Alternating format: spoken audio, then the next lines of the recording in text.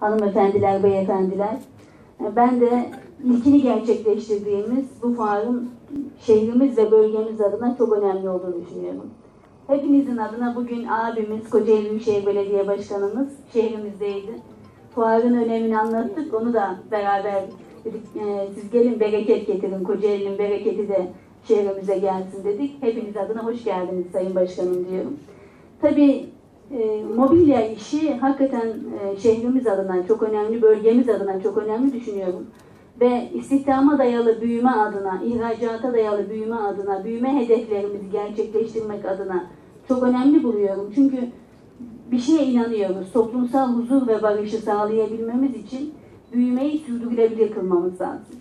Sürdürülebilir büyümeyi başarabilmemiz için de çeşitlendirmemiz ve arz talep dengesini iyi bilmemiz, iyi ayarlamamız gerekiyor. Ticaret Odamızın değerli başkanı, meclis başkanı, bütün yönetim kurulu üyeleri şehrin bu gücünü, bunu nasıl fırsata dönüştüreceğini çok iyi bildiği için bu güzellikleri bize yaşatıyorlar. Ben hepinizin huzurunda Sayın Başkan'a ve ekibine de çok teşekkür ediyorum.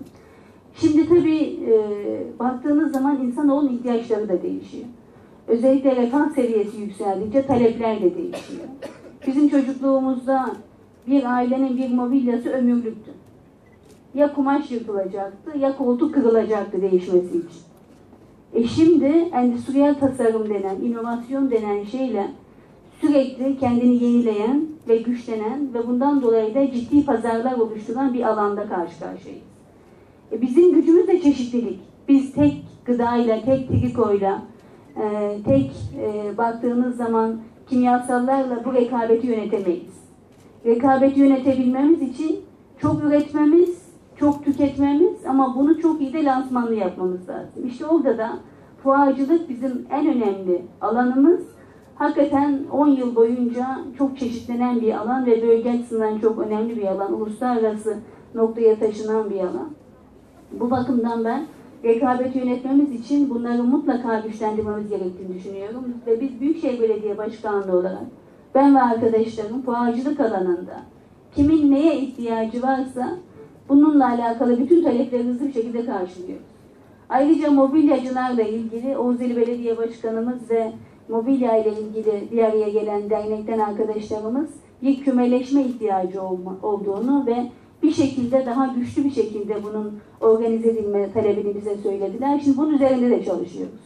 İmar master planını elimize aldık. Ulaşım master planı ile beraber bu şehrin 10 yıl sonra, 20 yıl sonra nerede konut ihtiyacı olacak, nerede biz sanayileşeceğiz, küçük ve orta ölçekli sanayimiz nerede konacak?